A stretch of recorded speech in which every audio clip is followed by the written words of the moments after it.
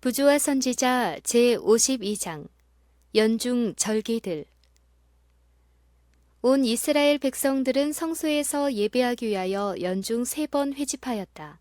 실로가 한동안 이러한 집회의 장소였으나 그 후 예루살렘이 거족적 예배의 중심지가 되어 각 지파는 엄숙한 절기들을 지키기 위하여 이곳에 회집하였다.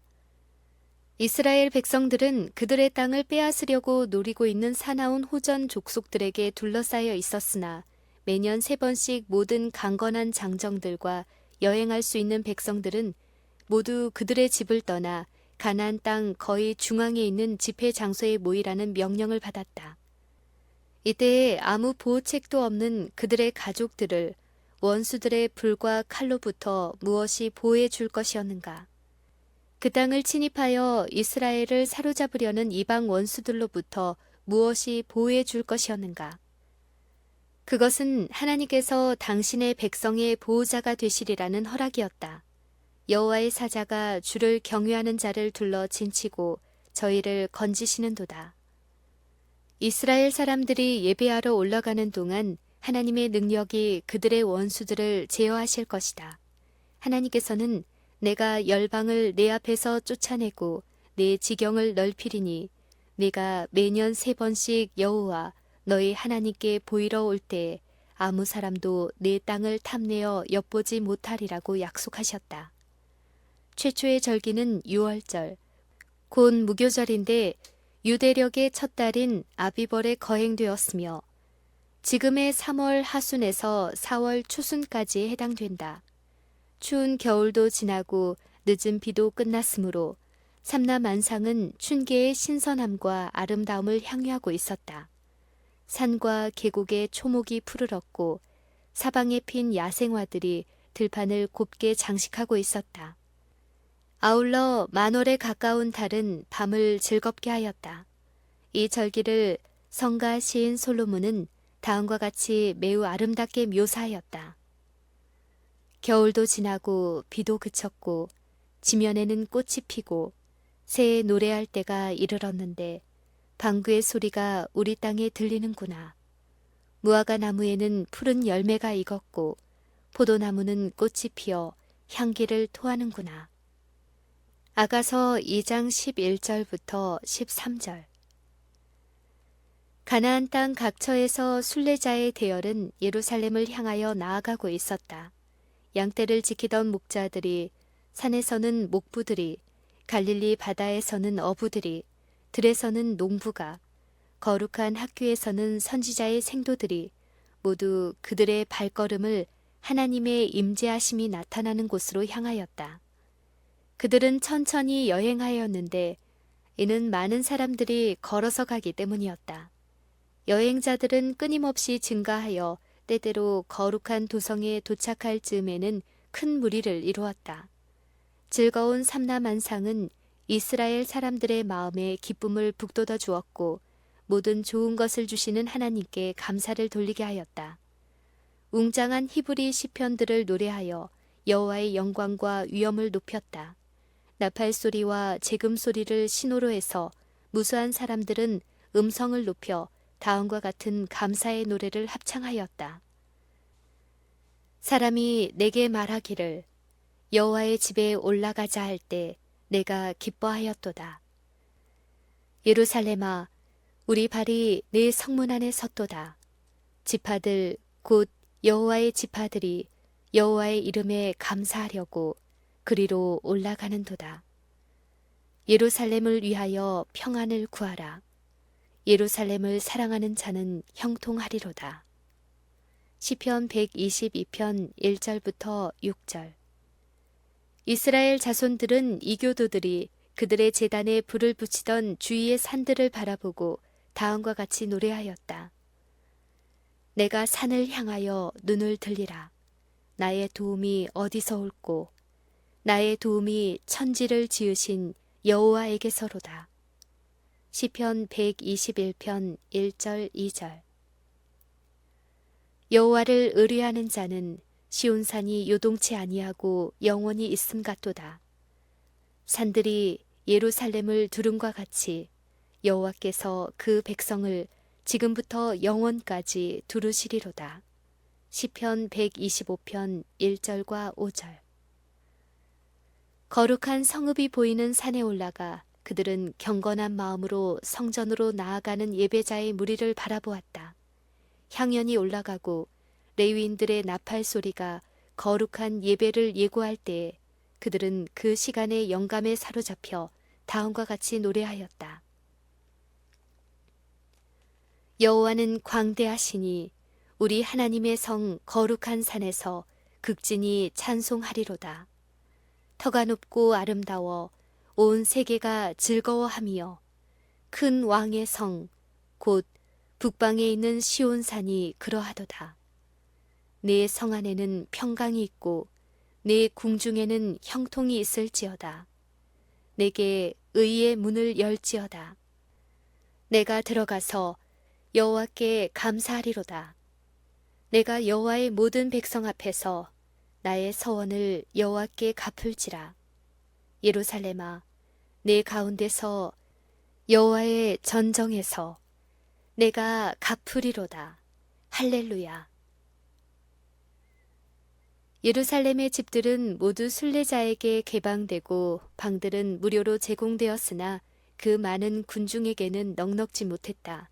그리하여 그들은 성읍 안과 주위에 있는 언덕을 찾아가 이용할 수 있는 공간에 모두 장막을 쳤다. 그달 14일 저녁에 유월절을 지켰는데 그 엄숙하고 감명적인 의식은 애굽의 종살이에서 구원받은 것을 기념하고 장차 죄의 속박에서 구원하실 그리스도의 희생을 예표하는 것이었다. 구세주께서 갈바리에서 당신의 생명을 버리셨을 때 유월절의 의의는 끝나고 성만찬 제도가 유월절이 예표하던 동일한 사건의 기념으로 제정되었다. 유월절에 이어서 7일 동안 무교절을 지켰다. 첫째 날과 일곱째 날은 성회로 모이는 날이므로 육체 노동을 해서는 안 되었다. 둘째 날에는 그 해의 수확의 첫 열매를 하나님 앞에 드렸다. 팔레스틴에서는 보리가 처음으로 수확되었는데 절기가 시작될 무렵에는 결실하기 시작하였다.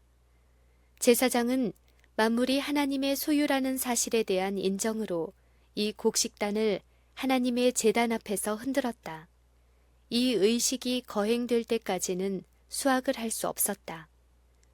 열매를 드린 후 50일째 되는 날이 오순절이었는데 이는 또한 맥추절 혹은 칠칠절이라고 불리었다.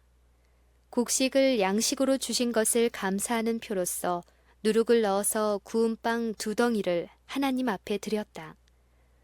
오순절은 하루뿐이었으며 종교적 예배를 위하여 구별된 날이었다. 7월에는 초막절 또는 수확의 절기가 있었다. 이 절기는 과수원과 감람원과 포도원의 산물로서 하나님의 은혜를 인정하는 절기였다. 이 절기는 그 해의 가장 영광스러운 축제였다.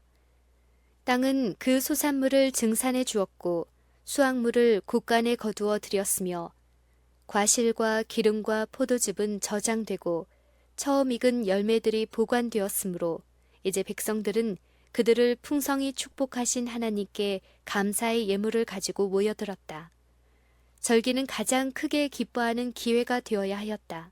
이 절기는 대속죄일 바로 후이므로 그들의 죄가 더 이상 더 기억되지 않으리라는 보증을 받은 때였다.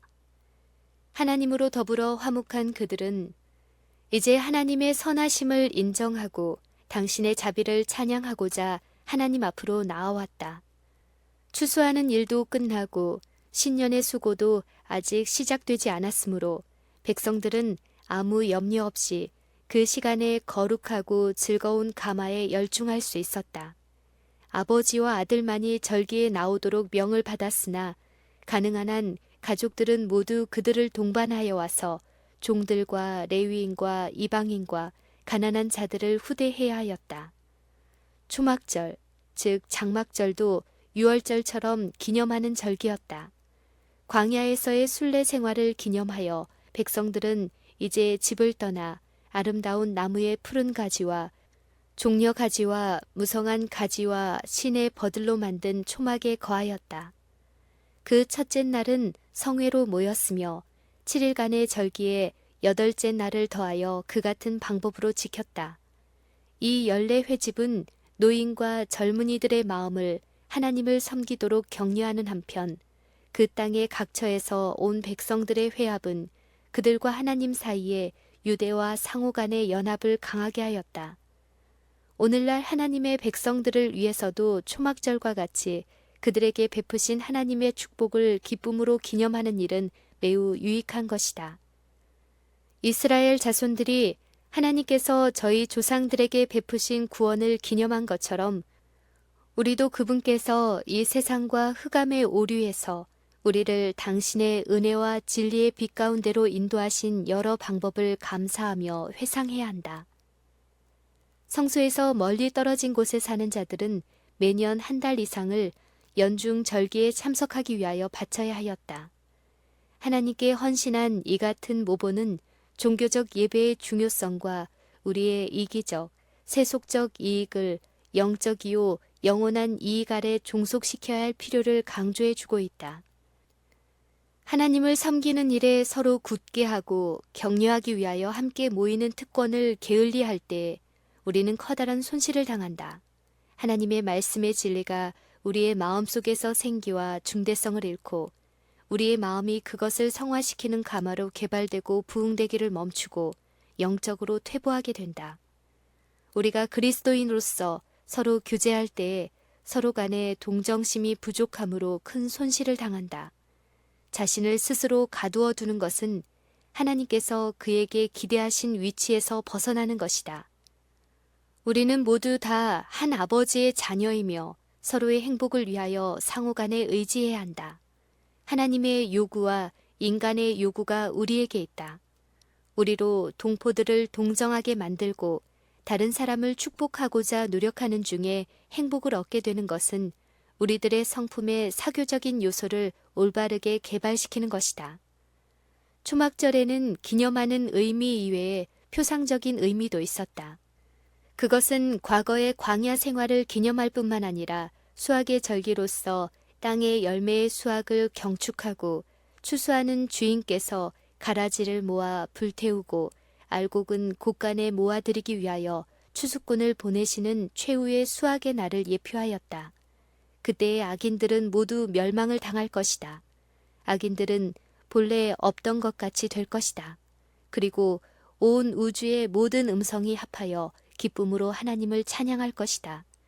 요한계시록 기자는 내가 또 들으니 하늘 위에와 땅 위에와 땅 아래와 바다 위에와 또 그 가운데 모든 만물이 가로되 보좌에 앉으신 이와 어린 양에게 찬송과 존귀와 영광과 능력을 세세토록 돌릴지어다 라고 말한다. 이스라엘 백성들은 초막절에 그들을 애굽의 종살이에서 구원하시고 광야의 순례 생활 동안 친절히 돌보아 주신 하나님의 은혜를 회상하고 그분을 찬양하였다. 또한 그들은 대속죄일의 의식을 행한 직후에 사죄와 간합하심을 입은 것을 인식하고 기뻐하였다. 그처럼 이제 여호와의 구속받은 자들은 피조물이 다 이제까지 함께 탄식하며 함께 고통하는 저주의 속박에서 영원히 구원 얻어 안전히 하늘 가나안에 모일 때에 말로 다할 수 없는 즐거움과 충만한 영광 중에 기뻐할 것이다. 그때에는 인류에 대한 그리스도의 대속 사업은 완성되고 인류의 죄는 영원히 도말될 것이다. 광야와 메마른 땅이 기뻐하며 사막이 백합화 같이 피어 즐거워하며 무성하게 피어 기쁜 노래로 즐거워하며 레바논의 영광과 갈멜과 사론의 아름다움을 얻을 것이라. 그것들이 여호와의 영광 곧 우리 하나님의 아름다움을 보리로다. 그때의 소경의 눈이 밝을 것이며 귀머거리의 귀가 열릴 것이며 그때의 저는 자는 사슴같이 뛸 것이며 벙어리의 혀는 노래하리니 이는 광야에서 물이 솟겠고 사막에서 시내가 흐를 것임이라. 뜨거운 사막이 변하여 못이 될 것이며 메마른 땅이 변하여 원천이 될 것이며 거기 대로가 있어 그 길로 거룩한 길이라 일컫는 바 되리니 깨끗지 못한 자는 지나지 못하겠고 오직 구속함을 입은 자들을 위하여 있게 된 것이라.